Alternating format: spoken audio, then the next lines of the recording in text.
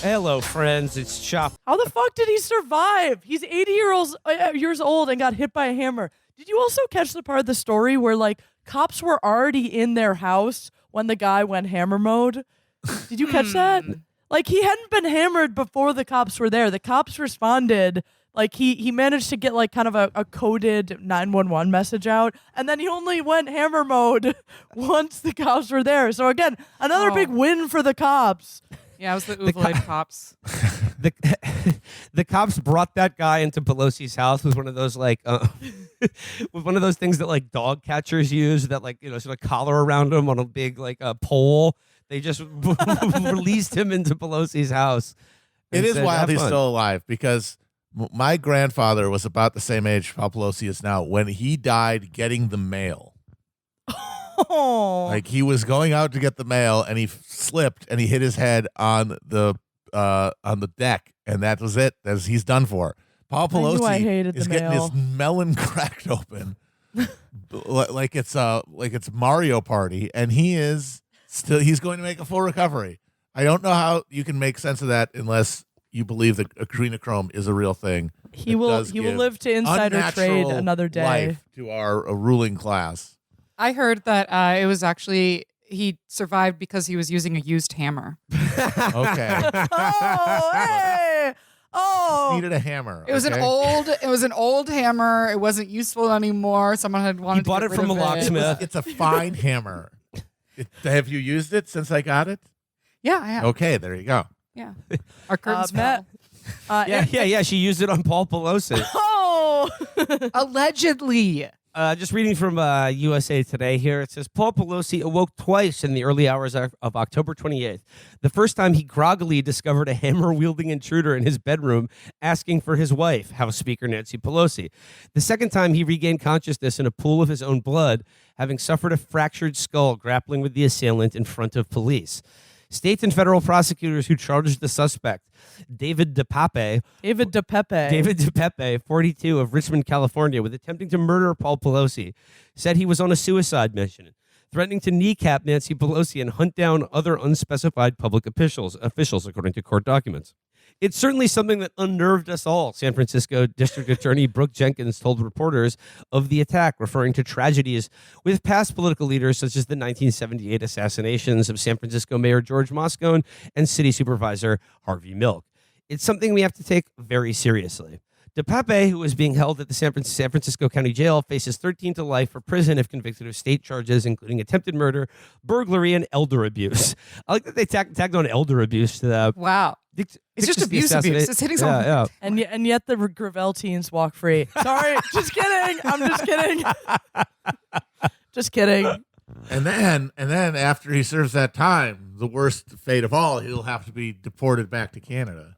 His country of origin. I mean, like that's what's awesome about this story is the right-wing media, you simply have to give it up to them because okay, so this happened, and like it, admittedly, as we've talked about, like there's a lot of details about this story that are weird. I'm not saying it necessarily all means it's all fraudulent or whatever, but like there's some odd details about the story, like the fact that the police were in the house when this guy got his head cracked open.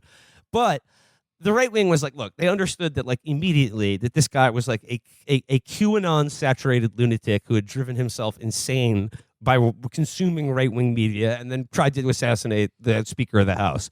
So they were like, okay, well, we can't tell that story. So let's tell the story of, something that we can all relate to. Engaging the services of young rough trade and then having them try to steal your watch. And then there's a struggle and then you get your head cracked open, right? Who hasn't been there? Amongst us? And of course, if he was on Twitter, like this would be a bigger story. But Donald Trump, of course, has endorsed this theory. Reading from CNN, just days removed from the assault on Paul Pelosi, Donald Trump is throwing in his lot with the conspiracy caucus on what actually happened during the attack. Trump was asked about the attack during an interview with conservative radio host Chris Stigall on Tuesday. To be clear, what follows is from the former president is nonsense, and officials have gone on record to denounce conspiracy theories like this. It's weird things going on in that household in the last couple of weeks, Trump said.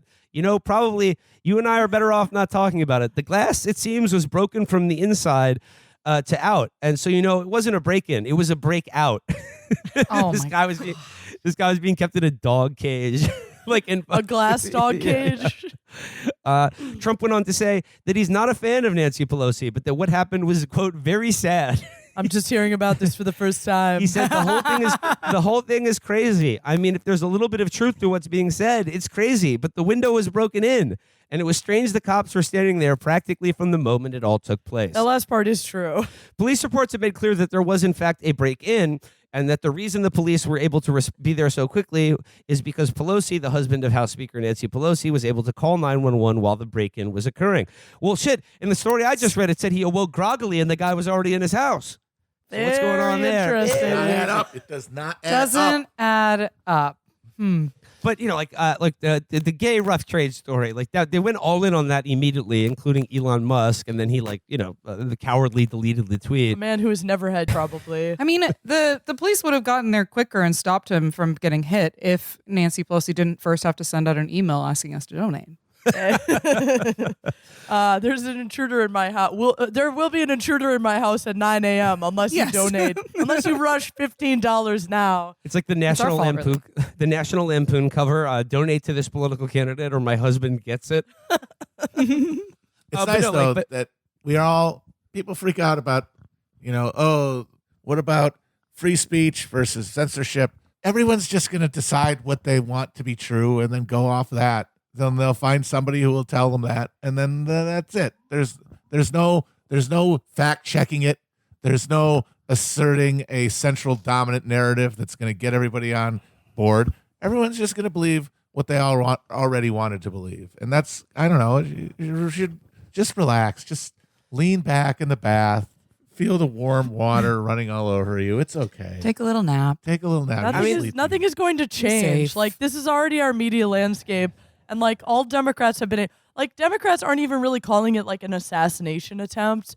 Like they're just kind of like, oh, well, political violence from both sides is really bad. So, like we're not going to do anything in response to this. Like, just, yeah, exactly. Lay back in the warm bath unless you're proposing, I don't know, taking OANN off air. Yeah. No, but like I do like that the right-wing media immediately all decided that this was rough trade gone wrong. And then the police report made that story it doesn't work anymore. So that they've immediately gone with this guy was an illegal immigrant who was running From rampant. Canada. A legal immigrant from Canada causing havoc in our streets. Pretty telling that they immediately went for gay stuff. Well, here's the reason I never bought the rough trade gay stuff. Is like you look at Paul Pelosi, like it's a general rule of thumb that I think largely holds true. Democrats sickos are into girls.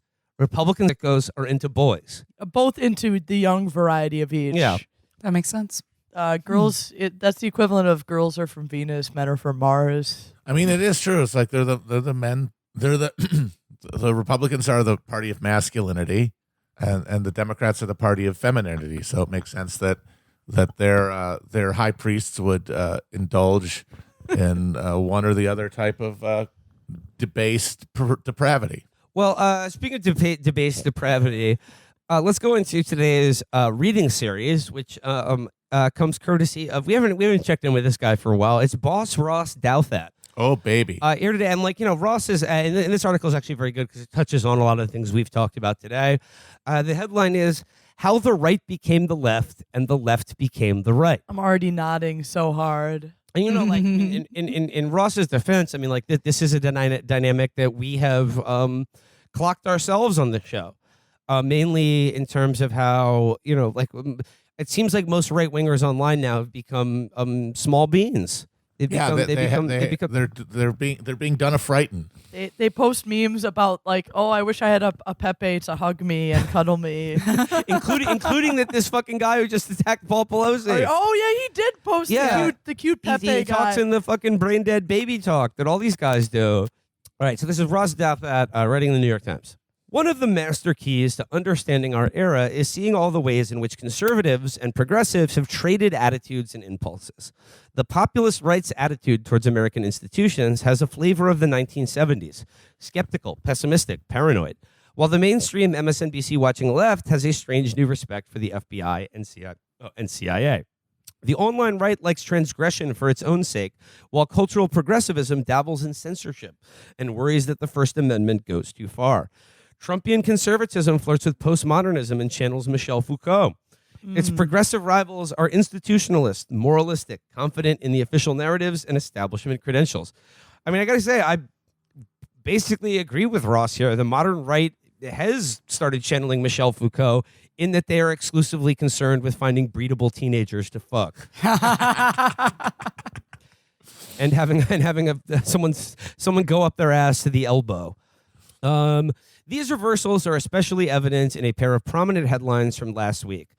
If you'd been told at any point from, say, 1970 to 2005 that a disturbed-seeming man living in the Bay Area with a history of involvement with nudist activists and the hemp jewelry trade had allegedly followed his paranoid political delusions into a plan to assault an important national politician, the reasonable assumption would have been that his delusions belonged to the farthest reaches of the left, and therefore his target was probably some notable Republican. By the same token, if you had been told in George W. Bush's presidency that a trove of government documents would reveal that the Department of Homeland Security essentially trying to collude with major corporations to regulate speech it considers dangerous or subversive, an effort extending from foreign threats to domestic ones, you would have assumed that this was all Republican overreach, a new McCarthyism, and that progressives would be up in arms against it. In our world, though, things are otherwise. The man who allegedly attacked Paul Pelosi while hunting the Speaker of the House did seemingly belong to left-wing, left-coast culture in the not-so-distant past. But at some point in his unhappy trajectory, he passed over the paranoias of the extreme right, probably not in some semi-rational radicalization process in which he watched too many attack ads against Nancy Pelosi, but more likely in a dreamlike way, the nightmares of QAnon matching his mental state better than the paranoias of the left. So yeah, like there is a hippie new age crossover here to QAnon stuff. Because that's for sure. The Republicans are the only political formation that acknowledges systemic corruption, systemic problems in America, and so they're going to catch all of the weirdos. Like everybody's getting more weird every day. Everyone's getting less welded together, and their bolts are coming unstuck. And they want some, and a lot of them, not all of them, but a lot of them want some sort of narrative to make sense of it, and ideally one that gives them a sense of agency, a sense of community, and the only place for that now is on the right, because the Democrats cannot acknowledge any systemic issues.